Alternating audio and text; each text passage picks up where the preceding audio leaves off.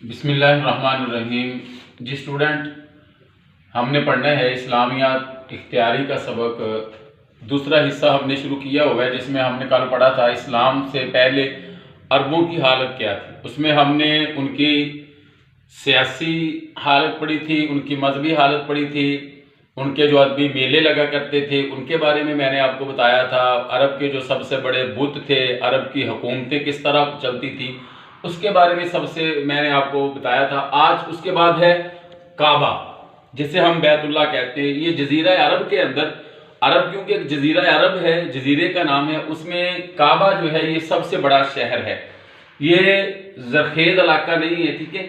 اس کے چاروں طرف اونچے اونچے پہاڑ ہیں اور مکہ بندرگاہ سے 45 میل کے فاصلے پر یہ واقع ہے، اور جسے ام القریٰ، بلد امین بھی کہا جاتا ہے، یعنی کہ امن کا شہر بھی اسے کہا جاتا ہے۔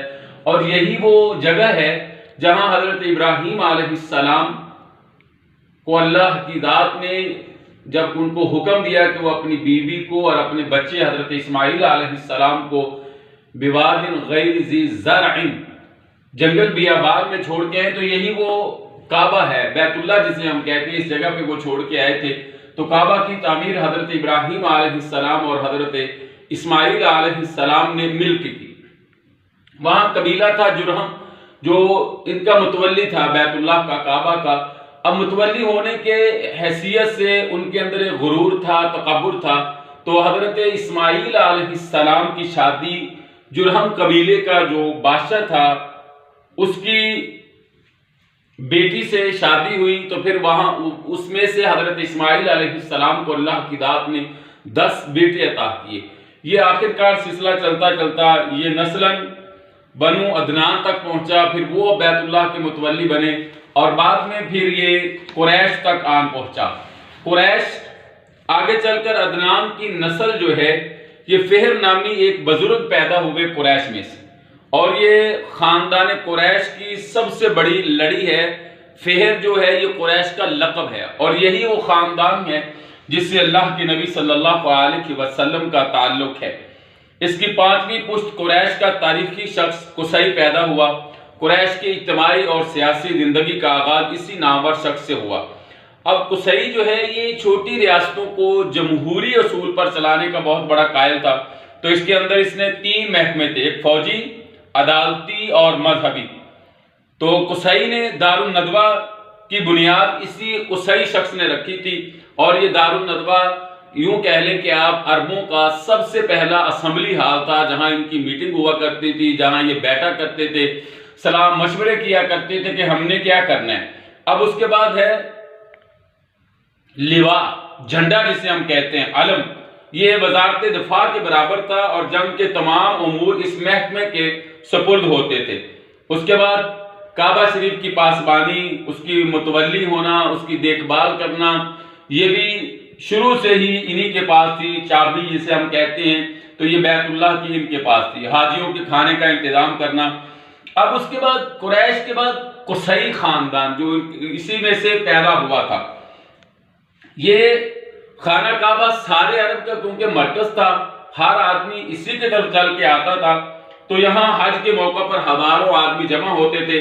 قصی قبیلہ جو ہے یہ لوگوں کی آرام و آرائش کا شروع سے ہی ان کے پاس مہمان نوازی کا بہت بڑا یہ یعنی کہ اعزاز تھا۔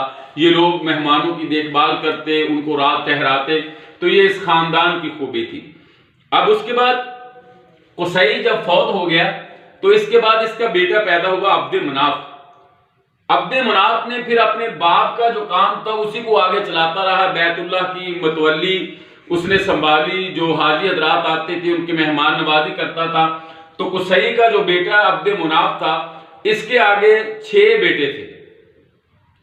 ان میں ہاشم رسول اللہ صلی اللہ علیہ وسلم کے دادا، جو سب سے زیادہ با اثر تھے، ٹھیک ہے، لوگوں کے ساتھ ان کی دیکھ بھال زیادہ تھی، مہمان نوازی کی خدمت ان کے حصے میں آئی۔ پھر ہاشم کا بیٹا عبد المطلب، پھر ان کے بیٹے ابو طالب اور عباس، یک کے بعد دیگری یہ خدمت انجام دیتے رہے۔ قصی کے بعد اس کا بیٹا آیا، اس کے بعد ہاشم خاندان۔ ہاشم خاندان بھی متولیوں کے اندر بیت اللہ کی متولی، اس کی دیکھ بھال کرنے سے بڑے اس خاندان کی خدمات ہیں۔ اور اس کے بعد پھر عبد المطلب خاندان ہے. عبد المطلب کی خاندان مدینہ کی ایک سلمہ نامی عورت سے اس کی شادی ہوئی. وہاں سے خزرج کی ایک شاخ بنو نجار سے چلی. سلمہ کے بطن سے پھر عبد المطلب پیدا ہوئے. عبد المطلب نے پھر آپ صلی اللہ علیہ وسلم کے بارے میں آتا ہے کہ یہ آپ صلی اللہ علیہ وسلم کے خاندان سے ہیں. تو عبد المطلب نے منت مانی تھی کہ وہ اگر اپنی زندگی میں اپنے 10 لڑکوں کو جوان دیکھ لیں تو ان میں سے ایک لڑکا خدا کی راہ میں وہ قربان کر دیں گے. تو پھر عبد المطلب کیونکہ یہ لڑکوں کو لے کر بیت اللہ گئے. عبداللہ کے نام جو سب لڑکوں سے محبوب تر تھے قرہ نکلا عبداللہ کے نام, کہ اس کو جو انہوں نے منت مانگی تھی کہ وہ اللہ کے راستے میں قربان کر دیں, ذبح کر دیں. اس واقعے کے بعد عبد المطلب نے قبیلہ بنو زہرہ کے ایک معزز رئیس وہب بن عبد مناف کی لڑکی حضرت آمنہ سے عبداللہ کی شادی کر دی, جو حضرت آمنہ اللہ کے نبی صلی اللہ علیہ وسلم کی والدہ ہے. شادی کے تھوڑے دنوں کے بعد عبداللہ کا مدینے میں انتقال ہو گیا. اس وقت ان کی عمر 25 برس تھی. یعنی کہ آمنہ اللہ کے نبی صلی اللہ علیہ وسلم کی والدہ ہیں اور عبداللہ اللہ کے نبی صلی اللہ علیہ وسلم کے والد ہیں. اب یہ سارا سلسلہ چلنے کے بعد اللہ کے نبی صلی اللہ علیہ وسلم کی ولادت باسعادت ہوتی ہے. سوموار کے دن اللہ کے نبی صلی اللہ علیہ وسلم پیدا ہوئے تو آپ کے دادا پھر آپ کو لے کر بیت اللہ میں گئے, لوگوں کو دکھایا. پھر آپ صلی اللہ علیہ وسلم کا نام محمد رکھا. 7ویں دن عقیقہ کیا گیا. لوگوں نے پوچھا کہ آپ نے اس کا نام محمد کیوں رکھا ہے صلی اللہ علیہ وسلم. تو آپ کے دادا نے یہ بات کہی کہ میں نے اس لیے اپنے پوتے کا نام محمد رکھا ہے کہ پوری دنیا کے اندر اس کی تعریف کی جائے. اب اس کے آگے ہم پڑھیں گے اللہ کے نبی صلی اللہ علیہ وسلم کی زندگی کے بارے میں. ابتدائی جو آپ صلی اللہ علیہ وسلم کی زندگی ہے اس کے بارے میں ہم پڑھیں گے. تو اس طرح یہ عربوں کی اسلام سے قبل کی حالت, تو پھر اس کے بعد یہ چلتا بیت اللہ کی تعمیر, پھر یہ قریش خاندان, قصی خاندان, ہاشم, عبد المطلب سے ہو کے پھر یہ عبداللہ تک آیا. یہ سارے خاندان ہیں جنہوں نے بیت اللہ کی متولی کی ہے, اس کی دیکھ بھال کی ہے.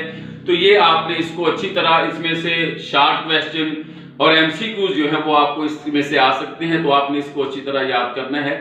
کل تک کے لیے اللہ حافظ.